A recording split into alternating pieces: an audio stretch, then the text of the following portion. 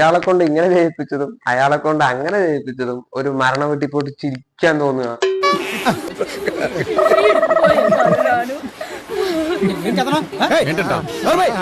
അതേപോലെ ഒരു സൈലന്റ് ആയിട്ടിരിക്കുന്ന ചർച്ചോ അമ്പലോ അങ്ങനെ സൈലന്റ് ആയിട്ടിരിക്കുന്ന സമയത്ത് ഒന്ന് കത്തി നോക്കിയാലോന്ന് തോന്നുക.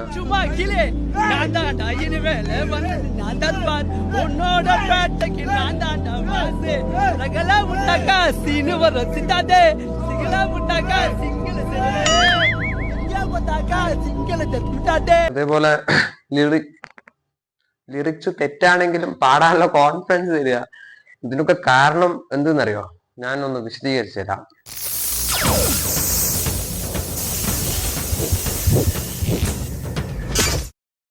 ഇപ്പൊ എല്ലാവരും അന്യൻ മൂവി കണ്ടിട്ടുണ്ടാവുമല്ലോ. അതേ കോൺസെപ്റ്റ് തന്നെയാണ്.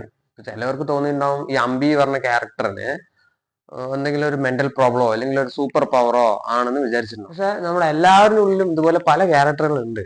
ഈ ക്യാരക്ടറിൽ ഏതാണോ നമ്മളെ കൂടുതൽ കൺട്രോൾ ചെയ്യുന്നത് അതിന്റെ കാരണമായിരിക്കും നമ്മുടെ നാശമോ അല്ലെങ്കിൽ വിജയമോ എന്തിന് മരണം വരെ ഇതിന്റെ കാരണം കൊണ്ടായിരിക്കാം. ഇന്നത്തെ വാർത്തകൾ. 5ാം കാലാണെന്ന് കരുതി ആനയുടെ ഗജേന്ദ്രൻ തൃശൂർ അന്തരിച്ചു. അപ്പോ എന്റെ എക്സാമ്പിൾ പറഞ്ഞുതരാം. എന്റെ ഉള്ളില് മെയിനായിട്ട് 2 ക്യാരക്ടറിനെ കുറിച്ച് ഞാൻ പറഞ്ഞുതരാം. അവരാണ് എന്നെ മെയിനായിട്ട് കൺട്രോൾ ചെയ്യുന്നത്. അപ്പോൾ ഒരാൾക്ക് ഒരു 25 വയസ്സ്, നമ്മളൊരു ഫ്രണ്ട് തന്നെ കണക്ക് കൂട്ടാം. അതേപോലെ ഇന്നൊരാള് 60 to 65 വയസ്സ്, ഒരു എൽഡർലി പേഴ്സൺ കണക്ക് കൂട്ടാം. അപ്പൊ ഇവരെങ്ങനെയാണെന്ന് വെച്ചാൽ ഈ ഫ്രണ്ട് എന്ന് പറഞ്ഞേ ആ ക്യാരക്ടറിന്റെ മെയിൻ ആയിട്ടുള്ള അഡ്വൈസ്, എന്ത് കാര്യം എടുത്താലും അവരുടെ അഡ്വൈസ് എങ്ങനെയായിരിക്കും വെച്ചാൽ 10 மூட்டை அரிசி அண்ணாச்சி கடையில 10 மணிக்கு மேல கடை விட்டுருவான், அப்ப எடுத்துக்கலாம். 2 மூட்டை சக்கரை மண்டமா அப்படிதான் ரேஷன் கடை தூக்கிடலாம். 200 தேங்காய் போற வழியில எவன் தோப்பிலாவது பறிச்சுக்கலாம். டேய் தூக்கிக்கலாம், எடுத்துக்கலாம், பறிச்சுக்கலாம், வாங்கிக்கலாம்னு ஒரு வார்த்தை இருக்கே, அது உங்க வாயில வராதா? ഇതെന്ത് ഇതിനേക്കാൾ ഡേഞ്ചർ ആയിട്ടുള്ളതൊക്കെ ചില സമയത്ത് തരാറുണ്ട്. என்ன ஐடியா? பிடிக்காதவங்க எல்லாரையும் கடைசி பந்தியில உட்கார வச்சு உன் கையால ரசத்துல விஷத்தை கலந்து கொண்டுடலாம் இருக்க. ரசத்துல விஷத்தை வைக்கணுமா? கரெக்டா கலந்துருவல்ல. അപ്പോ ഇവൻ ഇതുപോലെ ഡെയിലി ഒരു 1000 ഡിസ്റ്റൻസ് തരും. ഏതെങ്കിലും ഒന്നിൽ എന്തായാലും ഞാൻ ഇൻഫ്ലുവൻസ് ആയിട്ട് പെട്ടുപോകും.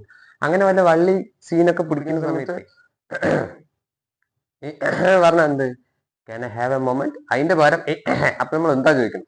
അപ്പൊ ഈ ഒരു ഡയലോഗോടെ ഒരു വയസ്സായ ആള്, ഞാൻ പറഞ്ഞേ 60-65 എൽഡർലി പേഴ്സൺ, അയാൾ കടന്നു വരും.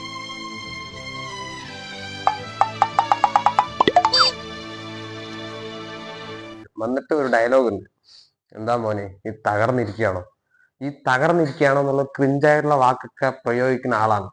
ഇയാളുടെ കാരണമാണ് പ്രയോഗിക്കുന്നത്. അപ്പോ മെയിനായിട്ട് ഇയാളുടെ കാരണമാണ് ഞാൻ പല പല കാര്യങ്ങൾ ചെയ്യുന്നത്. ഈ പഴയ പാട്ട് കേൾക്കുക, അതേപോലെ എവിടെയെങ്കിലും ബൈക്കിൽ പോകുമ്പോഴേ റൈറ്റിൽ തിരിയുമ്പോൾ റൈറ്റിൽ ഇൻഡിക്കേറ്റർ ഇട്ടാലും ഇങ്ങനെ അകത്ത് തിരിയുക. അതേപോലെ എല്ലാവരും ന്യൂസ് വായിച്ചിരിക്കുമ്പോൾ അല്ലെങ്കിൽ ന്യൂസ് കണ്ടുകൊണ്ടിരിക്കുമ്പോഴേ നമ്മള് പാലക്കാട്ടിൽ ഇങ്ങനെ നടന്നു പോകുന്നൊക്കെ സൗണ്ടായിട്ട് വായിക്കുക. അതേപോലെ ഇതിനേക്കാൾ ക്രിഞ്ചായിട്ടുള്ള കാര്യമുണ്ട്.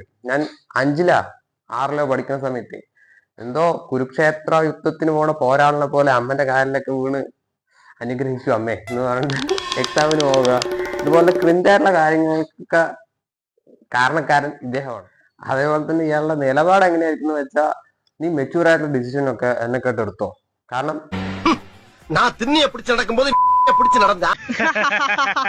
തന്നെ ഇയാളുടെ മെയിൻ ആയിട്ട് ഒരു ഡയലോഗ് ഉണ്ട്, ഞാൻ അപ്പോഴേ പറഞ്ഞു ഈ ഡയലോഗ് എന്നെ വീണ്ടും പറയിപ്പിക്കാതെ എന്നുള്ളതായിരിക്കും. എക്സാമ്പിൾ എങ്ങനത്തെന്ന് വെച്ചാൽ നമ്മള് ഏതെങ്കിലും ഒരു കല്യാണത്തിന് തലേ ദിവസം രാത്രി ഫ്രണ്ട്സിന്റെ ഒപ്പം പോകാൻ നിൽക്കണം. അപ്പൊ കുളിച്ച് റെഡിയായി കറക്റ്റായിട്ട് മിറർ നോക്കി ബട്ടൺസ് ഇട്ടുകൊണ്ടിരിക്കുമ്പോൾ ആള് വരും. വന്നിട്ട് എനിക്കെന്തോ ഇപ്പൊ പോണത് ശരിയായ തീരുമാനമായിട്ട് തോന്നുന്നില്ല. ആളിങ്ങനെ പറഞ്ഞിട്ടും നമ്മൾ കേൾക്കാണ്ട് പോയിട്ട് വല്ല വള്ളി പിടിച്ച് സീനായിട്ട് നിൽക്കുമ്പോൾ കറക്റ്റായിട്ട് വരും. ഞാൻ അപ്പോഴേ പറഞ്ഞില്ലേ. അപ്പൊ ഇയാളുടെ ഫേസ് ചെയ്യേണ്ടതെന്നുള്ള കാര്യത്തിന് പേടിച്ചിട്ട്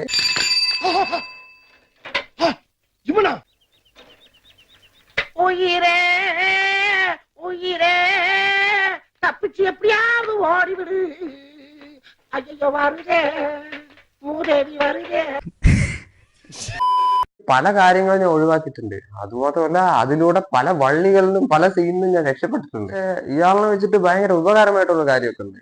ഞാനിപ്പോ ഒരു ടാറ്റോ ആർട്ടിസ്റ്റ് ആയതോ കുഴപ്പമില്ലാത്ത ഒരു ടാറ്റോ ആർട്ടിസ്റ്റ് ആയതോ ചെറുതായിട്ട് വർക്ക്ഔട്ട് ചെയ്യുക, അതുപോലെ പ്രൊഡക്റ്റീവ് ആയിട്ടുള്ള കാര്യം ചെയ്യാൻ ഇയാളാണ് മെയിനായിട്ട് എന്നെ ഹെൽപ്പ് ചെയ്തിട്ടുള്ളത്. കാരണം എന്താണെന്ന് വെച്ചാൽ രാത്രി ഉറങ്ങാണ്ട് ഫോൺ നോക്കിക്കൊണ്ടിരിക്കുമ്പോൾ വരും. എന്നിട്ട് 8 hours പ്രോപ്പർ ഡീപ്പ് സ്ലീപ്പ് വേണം, എന്നാലേ ഹെൽത്തി ആയിട്ടിരിക്കാൻ പറ്റുള്ളൂ, പ്രൊഡക്റ്റീവായിട്ട് എന്തെങ്കിലും ചെയ്യാൻ പറ്റുള്ളൂ, അങ്ങനെ പറയാം. പിന്നെ രാവിലെ ഉറങ്ങി എണിച്ചിട്ടില്ല, ഇനിയും നേരം വെളുത്തിട്ട് 1 മണിക്കൂറായി, പ്രൊഡക്റ്റീവായിട്ട് ഒന്നും ചെയ്തിട്ടില്ല, വർക്കൗട്ട് ചെയ്തിട്ടില്ല, ന്യൂസ് വായിച്ചിട്ടില്ല, ഒന്നും ചെയ്തിട്ടില്ല. അപ്പോൾ പിന്നെ ഒരു കാര്യമുണ്ട്, ഇയാൾക്ക് ഒന്നും ചെയ്യണമെന്നൊന്നുമില്ല. രാവിലെ എണിച്ചിട്ട് ചുമ്മാ ഒന്ന് പുറത്ത് ഓടിയിട്ട് പറഞ്ഞ ഒന്ന് ഷോൾഡർ വർക്കൗട്ട് ആയിരുന്നു, അമ്മ 2 മുട്ട പൊഴിഞ്ഞു, അങ്ങനെ ഇയാളെ പെട്ടെന്ന് ഇയാൾ പറയുന്ന കാര്യത്തിന് ഒന്ന് വില കൊടുത്താൽ മതി. അല്ല, എനിക്കൊരു ഡൗട്ടേ, ഞാൻ പറയാൻ നിങ്ങൾക്ക് ക്ലിക്ക് ആവണ്ട. ഒരു 200 പേര് കാണണ്ടാന്ന് തോന്നുന്നു, അതിൽ 10 പേർക്കെങ്കിലും ക്ലിക്ക് ആവാണ്ട് വെറുതെ ചുമരിൽ നോക്കി സംസാരിക്കുന്ന പോലെ ആവോ ചെറിയ പേടിയിട്ട് നിങ്ങൾക്ക് മനസ്സിലാവേണ്ട നോക്കട്ടെ, എന്നിട്ട് ബാക്കി പറഞ്ഞുതരാം.